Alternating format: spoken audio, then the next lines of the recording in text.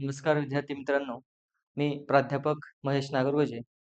आजच्या लेक्चरमध्ये आपण एस-बी-आय क्लर्क प्रिलिमचं जे ॲनालिसिस आहे, आज 21 सप्टेंबर जी आजची जी शिफ्ट झाली होती, तर त्या शिफ्टमध्ये जे काय एस-बी-आयच्या ह्याच्यामध्ये विचारलेले प्रश्न आहेत, काय-काय पॅटर्न होता, ते आज आपण बघणार आहोत. आजची शिफ्ट होती बघा 21 सप्टेंबर 2025 ची पहिली शिफ्ट होती आजची. आपल्याला सगळ्यालाच माहिती आहे, काय-काय असतं प्रिलिम्समध्ये, तर 3 विषय असतात. पहिलं सेशन होतं बघा, इंग्लिशचं सेशन होतं पहिलं. त्या इंग्लिशच्या सेशनमध्ये आपल्या सगळ्यांनाच माहिती आहे किती प्रश्न असतात.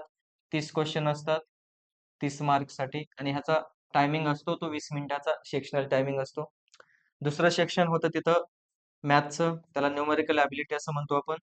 त्याचे 35 क्वेश्चन होते 35 मार्कला आणि त्याचा सुद्धा टायमिंग किती असतो 20 मिनिटाचा टायमिंग असतो. सेक्शनल टायमिंग असतो आपल्याला माहिती आहे सगळ्यांना. आणि जे तिसरं सेशन होतं ते तिसरं सेशन होतं आपलं रिझनिंगचं. अशा पद्धतीनंच पॅटर्न तिथं होता. पहिलं इंग्लिशचं सेशन होतं, दुसरं मॅथ्सचं सेशन होतं आणि तिसरं इंग्लिशचं सेशन हे तिसरं रिझनिंगचं सेशन होतं. रिझनिंगमध्ये सुद्धा 35 क्वेश्चन होते 35 मार्कला आणि टायमिंग होता 20 मिनिटाचा. तर आता ह्याच्यामध्ये काय-काय विचारलं होतं ते बघू आपण. बघा एक्झॅक्ट सेल्फ गिव्हन एनालिसिस आहे. रिझनिंगमध्ये काय-काय विचारलं होतं तुम्हाला, तर आपण आधी रिझनिंगचं बघू. रिझनिंगमध्ये काय-काय विचारलं होतं ते. रिझनिंगमध्ये टोटल 35 क्वेश्चन होते. तर त्या 35 क्वेश्चन मध्ये काय-काय विचारलं होतं बघा. आपण पहिल्यांदा पझल आणि सिटिंग अरेंजमेंट बघू काय-काय विचारल्या होत्या. तर तुमच्या पझलमध्ये काय विचारलं होतं बघा. पझलमध्ये फ्लोअर बेसचे पझल होते. फ्लोअर पझल ठीक आहे. किती फ्लोअर होते?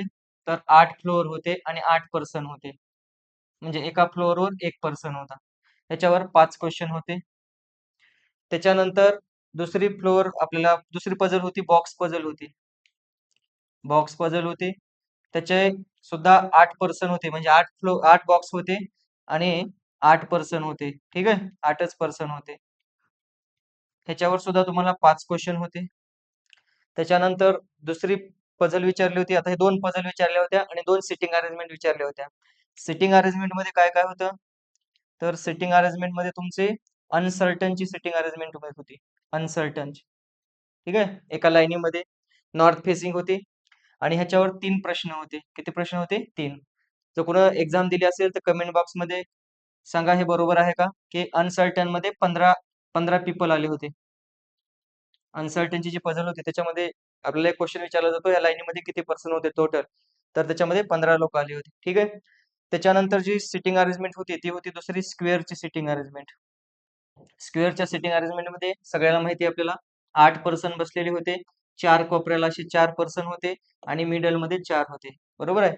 आणि जे स्क्वेअरमध्ये बसलेले होते म्हणजे कोपऱ्याला बसले होते त्यांची फेसिंग मध्ये होते आणि जे मिडलमध्ये बसले होते त्यांची फेसिंग आउटसाइड होती.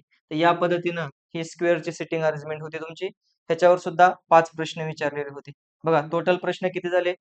5 फ्लोअरचे, 5 बॉक्सचे 10 प्रश्न, अनसर्टनचे 3, 13 आणि 5 प्रश्न स्क्वेअरचे. किती झाले? 5 आणि 5, 10 आणि 5, 15 आणि 3, 18 प्रश्न हे तुमचे सिटिंग अरेंजमेंट आणि पझलवर विचारले होते 35 पैकी. त्याच्यानंतर बघा 3 क्वेश्चन तुमचे सिलॉगिझमचे होते. 3 क्वेश्चन कशाचे होते? सिलॉगिझमचे. आणि हे आपल्याला सगळ्याला माहिती आहे सध्या ट्रेंड सिलॉगिझमचा ओन्ली अ फ्यूचे होते. Only a few. 3 प्रश्न होते. ह्या 3 प्रश्नामध्ये सिलॉगिझमचा आन्सर एका प्रश्नाचं आन्सर तुमचं नायदर येत होतं. एका प्रश्नाचं आन्सर ओन्ली सेकंड फॉलो येत होतं आणि एका प्रश्नाचं आन्सर बोथ फॉलो येत होतं. असे सिलॉगिझमचे आन्सर होते. तुमचेही हे चालेल का बघा चेक करा. त्याच्यानंतर 3 प्रश्न तुमचे इनइक्वालिटीचे होते. इनइक्वालिटीचे 3 प्रश्न होते. डायरेक्ट इनइक्वालिटी आपल्याला माहिती आहे. बघा किती प्रश्न झाले? 18, 3 सिलॉगिझमचे 21, 3 प्रश्न इनइक्वालिटीचे 21 आणि 3 24 प्रश्न झाले. त्याच्यानंतर 5 क्वेश्चन तुमचे अल्फा न्यूमरिक सीरीजचे होते. अल्फा न्यूमरिक सीरीज ठीक आहे. नंबर एका लाईनमध्ये नंबर दिलेले होते. 24 आणि 5 किती झाले? 29 प्रश्न झाले. त्याच्यानंतर 3 प्रश्न मित्रांनो डायरेक्शनचे होते. डायरेक्शन 3 प्रश्न. कसं होतं डायरेक्शनचं? एच्या वेस्टला 5 मीटरवर बी आहे. बीच्या नॉर्थला 3 मीटरवर सी आहे. असं पझल टाईपचं. बरोबर आहे? तर त्याच्यावरून 3 क्वेश्चन होते डायरेक्शनचे. किती प्रश्न झाले टोटल बघा. किती झाले बघा 18 सिटिंग अरेंजमेंट पझलचे त्याच्यानंतर 3 प्रश्न सिलॉगिझमचे, 18 आणि 3 21, 3 प्रश्न इनइक्वालिटीचे, 21 आणि 3 24. त्याच्यानंतर तुमचे 5 प्रश्न अल्फान्यूमरिकचे 29, 3 प्रश्न तुमचे डायरेक्शनचे 29 आणि 3 किती झाले 32. आणि जे 3 प्रश्न होते मित्रांनो, त्या 3 प्रश्नामध्ये एक क्वेश्चन तुमचा ऑड वन आउटचा होता. कशाचा होता? ऑड वन आउटचा. म्हणजे 5 ऑप्शन दिले होते आणि त्याच्यामधलं एक वेगळं ओळखायचं होतं ऑड वन आउट. ते पण कशावर होतं? कोडिंग डिकोडिंग वर होतं. 2-2चा गॅप होता. हा एक प्रश्न होता. 33 प्रश्न झाले.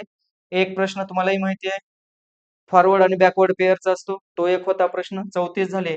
आणि जो एक प्रश्न होता, तो एक वर्ड दिला होता आणि त्या वर्ड मधलं सेकंड लेटर, फोर्थ लेटर किंवा एट लेटर अशी लेटर घेऊन मिनिंगफुल वर्ड होत असेल तर त्याचा आन्सर एक्स, मिनिंगफुल वर्ड होत नसेल तर त्याचा आन्सर वाय, असं असा एक प्रश्न होता. ठीक आहे. तर अशा पद्धतीने एक्झॅक्ट 35 क्वेश्चन तुमचे रिझनिंगचे होते आजच्या शिफ्ट मध्ये. ठीक आहे. त्याच्यानंतर बघा, पुढे जाऊ आपण. दुसरं मॅथचं सेशन होतं. त्या मॅथच्या सेशनमध्ये आपण 35 क्वेश्चन मॅथमध्ये सुद्धा होते. तर मॅथमध्ये काय काय विचारलं होतं ते बघू. मॅथमध्ये बघा, आधी डीआय बघू आपण, डेटा इंटरप्रिटेशन. तुम्हाला 3 सेट विचारले होते डीआयचे. किती सेट विचारले होते? 3 सेट. त्या 3 सेटमध्ये काय काय होतं? एक टेबल डीआय होता. टेबल डीआय कशाचा होता? तर ए आणि बी असे 2 दिले होते आणि इकडे तुम्हाला स्पोर्ट्सचे नावं दिलेले होते. हॉकी, फुटबॉल आणि क्रिकेट खेळणारे, असं डेटा दिलेला होता. टेबलमध्ये डीआय दिलेला होता. ठीक आहे. त्याच्यावर 5 प्रश्न होते. त्याच्यानंतर एक डीआय तुमचा लाईन ग्राफचा होता. लाईन ग्राफ ह्याच्यावर सुद्धा 5 प्रश्न होते. आणि एक डीआय तुमचा केसलेटचा डीआय होता. केसलेट डीआय होता. हा सुद्धा टेबल बेस्ड केसलेट होता. तर ह्याच्यावर सुद्धा 5 क्वेश्चन, असे 3 सेट होते डीआयचे. 15 क्वेश्चन डीआयचेच होते. त्याच्यानंतर तुमच्याकडे 10 ते 12 सिम्प्लिफिकेशन विचारले होते. सिम्प्लिफिकेशन 10 ते 12 विचारलेले होते. आणि जो बाकीचा पोर्शन होता तो सगळा अरिथमेटिकचा होता. अरिथमेटिक म्हणजे वर्ड प्रॉब्लेम. अरिथमेटिक मध्ये काय काय आलं? नंबर सिरीज विचारली नव्हती, लक्षात ठेवा. ह्या सिपला नंबर सिरीजचा एकही क्वेश्चन आलेला नव्हता. वर्ड प्रॉब्लेम मध्ये काय काय होतं? प्रॉफिट लॉस वर एक क्वेश्चन होता. ठीक आहे. प्रॉफिट लॉस मध्ये काय दिलं होतं बघा, कॉस्ट प्राइस दिली होती त्यांनी आणि त्यांनी सांगितलं होतं 60% मार्कअप केलेलं आहे. त्याच्यानंतर त्याच्यावर डिस्काउंट दिलं होतं D% आणि पुन्हा प्रॉफिट काहीतरी झाला होता, त्याच्यावरून तुम्हाला सेलिंग प्राइस काढायची होती आणि सेलिंग प्राइस काढल्याच्या नंतर फायनली तुम्हाला D+400 का 200 असं व्हॅल्यू होती, त्याची व्हॅल्यू काढायची होती. डी म्हणजे ते डिस्काउंट होतं. डिस्काउंटची व्हॅल्यू आल्याच्या नंतर त्याच्यामध्ये ऍड करून ते आन्सर येणार होतं. ठीक आहे. अशा पद्धतीनं प्रॉफिट लॉसचा क्वेश्चन होता. त्याच्यानंतर एक पाईप अँड सिस्टमचा क्वेश्चन होता. त्याच्यामध्ये काय होतं? ए पाईप रिकामा करतो, त्याच्यानंतर ए आणि बी मिळून भरतो आणि सी रिकामा करतो. आणि बी आणि सी जर पाईप चालू केले तर ते टाकी भरायला किंवा रिकामी व्हायला किती वेळ लागेल? तर अशा टाईपचा एक प्रश्न होता. आय थिंक ह्याचा आन्सर 90 मिनिट काहीतरी आलेलं होतं. तुमचं आलंय का बघा, 90% असंच काहीतरी आन्सर. त्याच्यानंतर ट्रेनचा एक क्वेश्चन होता. ट्रेनमध्ये काय दिलेलं होतं? एक कार होती, 480 किलोमीटरचं डिस्टन्स तिनं 8 तासात का काहीतरी जात होती.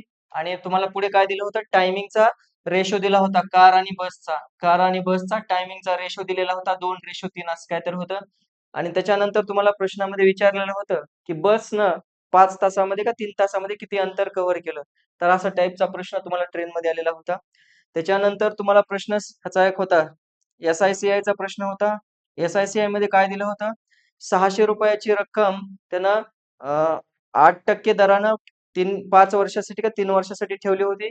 त्याच्यानंतर X% ची रक्कम 8% न 4 वर्षासाठी ठेवलेली होती आणि दोन्हीच्या रकमेमध्ये काहीतरी 48 न जास्त असा फरक होता आणि त्याच्यावरून X ची व्हॅल्यू काढायची होती. या पद्धतीने एक असा प्रश्न होता. त्याच्यानंतर तुम्हाला प्रश्न होता बघा, बोटन स्ट्रीमवर प्रश्न होता. तर या पद्धतीने हे सगळ्या टॉपिकवर एक एक एक एक या पद्धतीने असे अरिथमेटिकचे 10 ते 12 प्रश्न होते. तर या पद्धतीने हे मॅथचं तुम्हाला अनालिसिस होतं. आणि जे इंग्लिश सेशन होतं, त्या इंग्लिश सेशन मध्ये काय विचारलेलं होतं बघा, इंग्लिशचे किती प्रश्न असतात? तर 30 क्वेश्चन असतात. तर त्याच्यामध्ये आरसी होता, बरोबर आहे. त्या आरसी मध्ये तुम्हाला एक वर्ड दिला होता त्यांनी, त्याचा एक आपल्याला सिमिलर वर्ड ओळखायचा होता बघा. तो वर्ड होता बघा, आठवणा गेली मला आता, काहीतरी होतं. तर दोन दोन प्रश्न होते त्याच्यावर. एक सिमिलर वर्ड, एक अपोजिट वर्ड ओळखायचा होता. त्याच्यानंतर बघा इंग्लिश मध्ये अजून काय होतं? रिअरेंजमेंट होतं. रिअरेंजमेंट, त्या रिअरेंजमेंटचे तुम्हाला 3 ते 4 प्रश्न होते. ऑप्शन नसतात का, E, B, C, D असे अशावाली रिअरेंजमेंट होती. मॅच द कॉलम होतं. मॅच द कॉलमचा एक प्रश्न होता. मॅच द कॉलमचा एक प्रश्न होता, एकच प्रश्न होता. त्याच्यानंतर तुम्हाला अजून काय होतं, तर एरर डिटेक्शन होतं. एरर डिटेक्शन त्याचे 5 प्रश्न होते. त्याच्यानंतर तुम्हाला ते वर्ड स्वॅप होतं, वर्ड स्वॅपिंग त्याचे 3 प्रश्न होते, 3 ते 4 प्रश्न होते. त्याच्यानंतर क्लोज टेस्ट आली होती, त्याचे 6 प्रश्न होते.